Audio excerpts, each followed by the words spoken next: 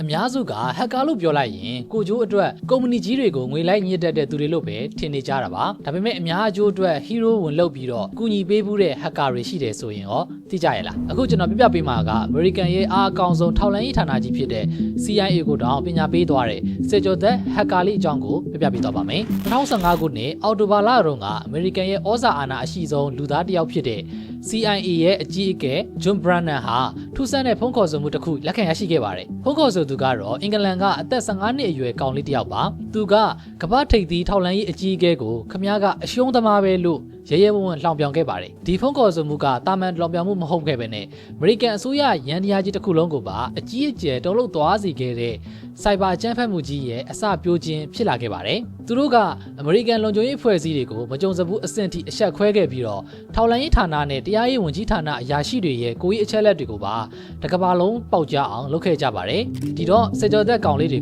ကကမ္ဘာအင်အားကြီးအမေရိကန်အစိုးရကိုဘလို့ပပနက်နက်နဲ့အကွက်ကြော်ပြီးပညာပေးခဲ့တယ်လဲဆိုတာကိုအခုပဲပြပြပေးသွားမှာဖြစ်ပါတယ်အပိုင်း1 Depford ဆိုတဲ့ကောင်လေးဟက်ကာလောကထဲဝင်ရောက်လာခြင်း2008ခုနှစ်ဗာဂျီးနီးယားပြည်နယ်မှာသူ့ကိုယ်သူ Depford လို့ခေါ်တဲ့တာမန်စေကျော်သက်ကောင်လေးတစ်ယောက်ရှိပါတယ်သူကဗီဒီယိုဂိမ်းတွေထဲမှာနိုင်ရဖို့ညစ်ပြီးကစားရတဲ့လှည့်ကွက်တွေကိုစပြီးအသုံးပြုရကနေပြီးတော့ကွန်ပျူတာကိုအသုံးချပြီးမလုပ်တဲ့အရာတွေကိုလုပ်ရတဲ့စိတ်လှုပ်ရှားစရာအရာတာကိုပထမဆုံးအကြိမ်စပြီးတော့သဘောကျသွားခဲ့ပါတယ်အဲ့ဒီအချိန်ကကမ္ဘာကျော်ဟက်ကာအဖွဲ့ကြီးဖြစ်တဲ့ Anonymous အဖွဲ့အထွတ်အထိပ်ကိုရောက်နေတဲ့အချိန်ပဲဖြစ်ပါတယ် Depford ကသူတို့ရဲ့လွတ်လပ်မှုနဲ့တကမ္ဘာလုံးကိုတောင်ဖျော်ဖျဲဖြစ်အောင်လုပ်နိုင်တဲ့စွမ်းအားတွေကိုအတော်လေးဆွမ်းလန်းသွားခဲ့ပြီးတော့ဟက်ကင်းပညာကိုအစွမ်းကုန်လေ့လာပါတယ်ဒါပေမဲ့အဖွဲ့တဲကိုသူကိုယ်တိုင်ဝင်ခွင့်ရောက်သွားတဲ့အခါမှာတော့ဒီအဖွဲ့ကသူထင်ထားသလိုမဟုတ်ဘဲနဲ့စိတ်ပြက်လက်ပြက်နဲ့ပဲဒါရှာတွေ့သွားခဲ့ပါတယ်အဖွဲ့ကြီးကအရန်ကြီးမားလာပြီးတော့လူတိုင်းကိုတခြားမစီစစ်နိုင်တဲ့အခါမှာတော့ထောက်လန်းရေးတွေကပါစပိုင်အနေနဲ့ဝင်ရောက်နေကြပါတယ်ဒါကြောင့်သူကလည်း Anonymous ကနေပြီးတော့ခွဲထွက်ပြီးတော့ပိုအစ်စ်မြင့်နဲ့ Innocent ဆိုတဲ့ဟက်ကာအဖွဲ့နဲ့ပူးပေါင်းပြီးတော့သူတို့ရဲ့ကစားပွဲကိုအစ်စ်မြင့်တင်ခဲ့ပါတယ်အပိုင်းနဲ့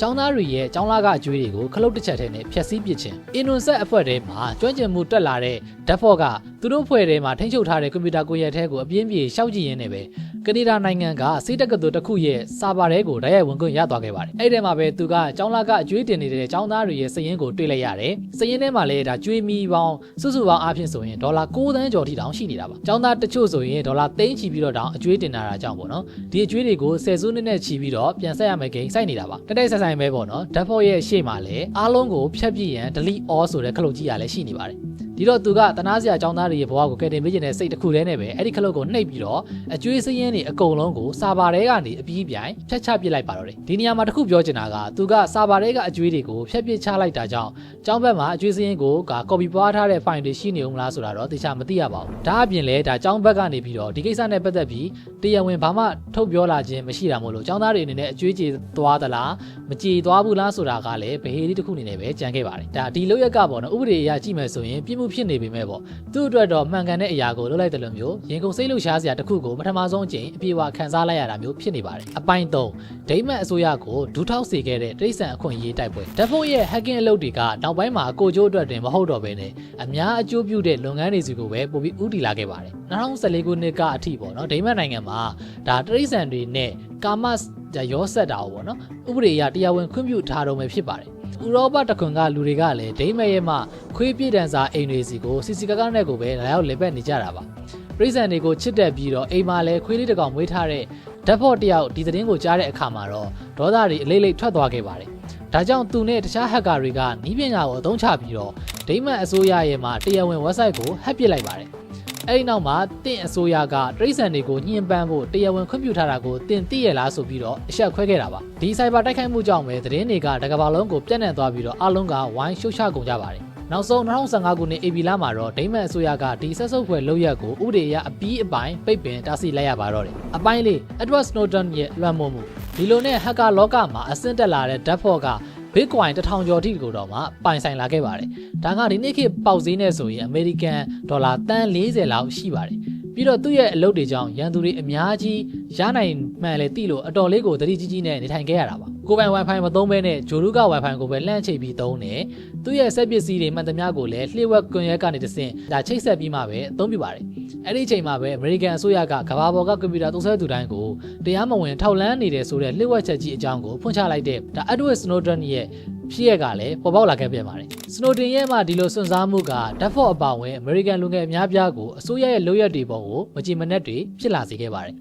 တစ်ဖက်မှာကသူ့ရဲ့အစိုးရအရာရှိကြီးတွေကိုလည်းသူတို့ကိုယ်တိုင်ပြန်ပြီးတော့ထောက်လှမ်းခံနေရရင်ရောဘလောက်တောင်ခံရနေမလဲဆိုတာကိုပြကျင်တဲ့စိတ်ပြပြလာခဲ့ပါတယ်။ဒီလိုနဲ့ပဲအင်္ဂလန်က Crockwell Attitude ဆိုတဲ့အဖွဲ့နဲ့ပူးပေါင်းဖို့ဆုံးဖြတ်လိုက်ပါတယ်။ဒီအဖွဲ့ရဲ့ခေါင်းဆောင်ကတော့ဆေးကြောက်ရှူရတာကြိုက်တဲ့အသက်15နှစ်အရွယ်ကောင်လေး Crop ပါပဲ။အပိုင်းက American ထောက်လှမ်းရေးအရာရှိကြီးတွေကိုစတင်ပြစ်မှတ်ထားခြင်း Crop ကတော့ American ရဲ့နိုင်ငံခြားရေးမူဝါဒနဲ့အရှိအလဲပိုင်းမှာဝင်ရောက်ဆက်ဖက်နေတာကိုအတော်လေးမုန်းတီးပြီးတော့နိုင်ငံရေးအရာပညာပေးခြင်းနေတဲ့ကောင်လေးပါသူ့ရဲ့ပထမဆုံးအဓိကပြစ်မှတ်ကတော့အမျိုးသားထောင်လှမ်းရေးမှုဒါညွှန်ကြားရေးမှုဖြစ်တဲ့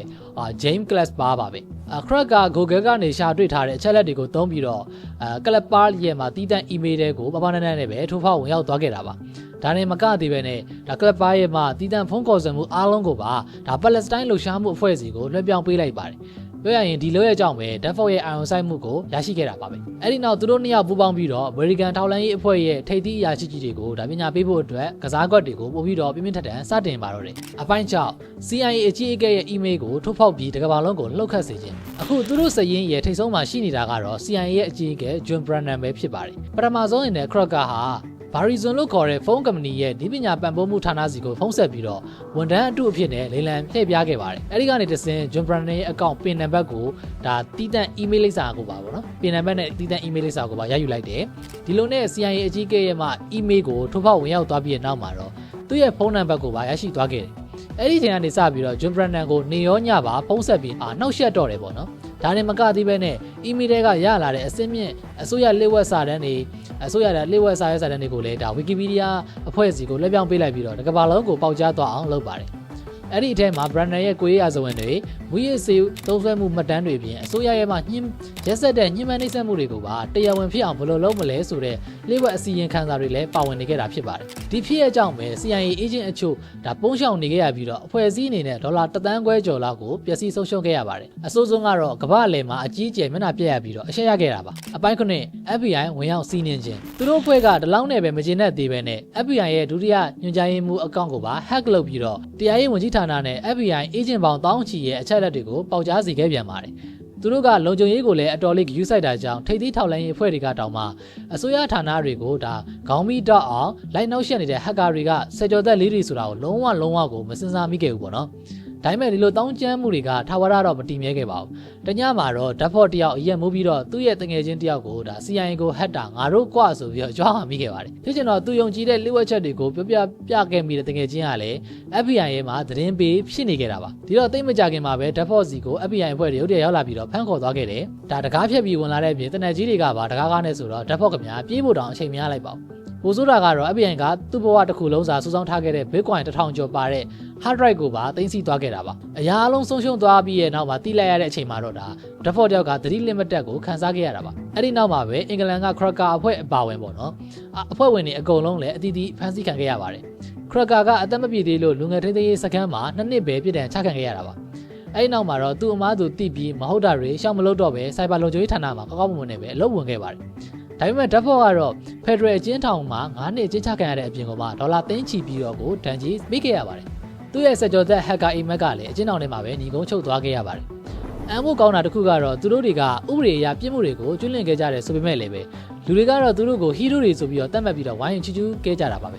အပိုင်း8လက်ရှိမျက်မှောက်ခေတ်အခြေအနေဒီဆိုင်ဘာစစ်ပွဲကြီးပြီးဆုံးသွားပြီးတော့နှစ်ပေါင်းများစွာကြာခဲ့ပြီဖြစ်ပေမဲ့လည်းပေါ့နော်သူတို့တိုက်ပွဲဝင်ခဲ့တဲ့အစိုးရရဲ့မှတရားမဝင်ထောက်လှမ်းမှုတွေကတော့ပျောက်ကွယ်မသွားခဲ့သေးပါဘူး2023ခုနှစ်မှာအမေရိကန်အစိုးရကဝရမ်းမပါဘဲနဲ့လူထုကိုထောက်လှမ်းနိုင်တဲ့အငင်းပွားဖွယ်ရာအစီအစဉ်တစ်ခုကိုထပ်ပြီးတော့တက်တန်းတိုးခဲ့ပါတယ်တရားရုံးမှတ်တမ်းတွေအရ FBI ကဒီထောက်လှမ်းမှုစနစ်ကိုသုံးပြီးတော့တရားမဝင်ရှာဖွေမှုပေါင်း3 သိန်းနီးပါးအထိအလွဲသုံးစားလုပ်ထားတာကိုတွေ့ရှိခဲ့ရပါတယ်သူတို့ကနိုင်ငံရေးသမားတွေနဲ့စန္ဒပြသူတွေကိုအချိန်ပြည့်စောင့်ကြည့်ထောက်လှမ်းနေခဲ့တာဖြစ်ပါတယ်ဒီအခြေအနေတွေကိုကြည့်ပြီးတော့အခုလိုစက်ကြော်သက်လေးတွေသူတို့ရဲ့ ဘဝတွေကိုတောင်ဇုံကန်ပြီးစနစ်ဆိုးကြီးကိုတက်ခဲ့ကြပေမဲ့လေဒါအာဏာပိုင်တွေရဲ့ online ထိချုပ်မှုကတော့ပုံစံတစ်မျိုးနဲ့ပို့ပြီးတော့အားကောင်းနေတော့ပဲဆိုတာကိုတွေ့မြင်နိုင်ပါတယ်အခုကျွန်တော်တင်ဆက်ပေးခဲ့တာကတော့ကမ္ဘာအင်အားကြီးနိုင်ငံတွေရဲ့နောက်ွယ်ကလျှို့ဝှက်ချက်တွေကိုဖွင့်ချဖို့စ조사ခဲ့တဲ့ဆယ်ကျော်သက်ဟက်ကာတွေရဲ့သမိုင်းဝင်သင်ခန်းစာတစ်ခုပဲဖြစ်ပါတယ်ဗီဒီယိုလေးကိုဆုံးထိကြည့်ပြီးလို့အားလုံးကိုကျေးဇူးတင်ပါတယ်နောက်တဲ့ဗီဒီယိုမှာပြန်တွေ့ကြပါမယ်အားလုံးပဲဘိုင်ဘိုင်ပါကျွန်တော်ကြည်စိုးဝင်းပါ